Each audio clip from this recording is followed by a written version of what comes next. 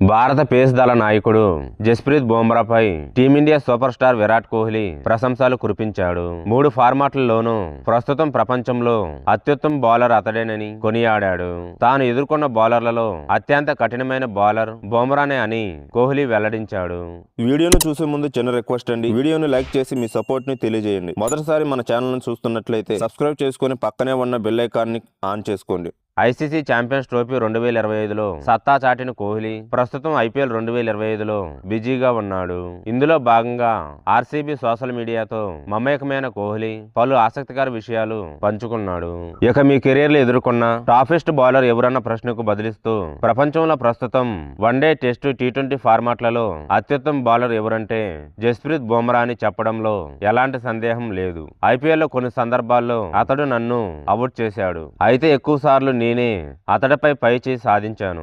అయినా సరే మా ఇద్దరి మధ్య పోటీ అంటే ఎంతో ఆసక్తికరంగా సరదాగా ఉంటుంది. ప్రతి బంతిని షాట్ బాదేందుకు నేను ప్రయత్నిస్తా, నన్ను ఆపేందుకు అతడు ట్రై చేస్తాడు.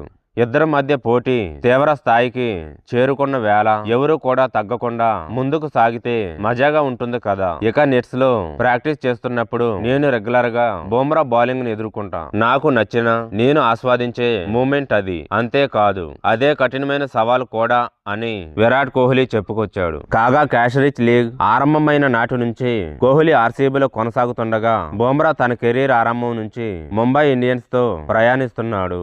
ఇక 2013 ఏప్రిల్ 4న ముంబై తరపున ఆర్సీబీతో మ్యాచ్ తో బుమ్రా ఐపీఎల్ లో ఆరంగేట్రం చేసిన విషయం తెలిసిందే. నాడు చిన్నస్వామి స్టేడియంలో జరిగిన మ్యాచ్ లో 4 ఓవర్ల కోటా పూర్తి చేసి 32 పరుగులు ఇచ్చిన బుమ్రా 3 వికెట్లు తీశాడు.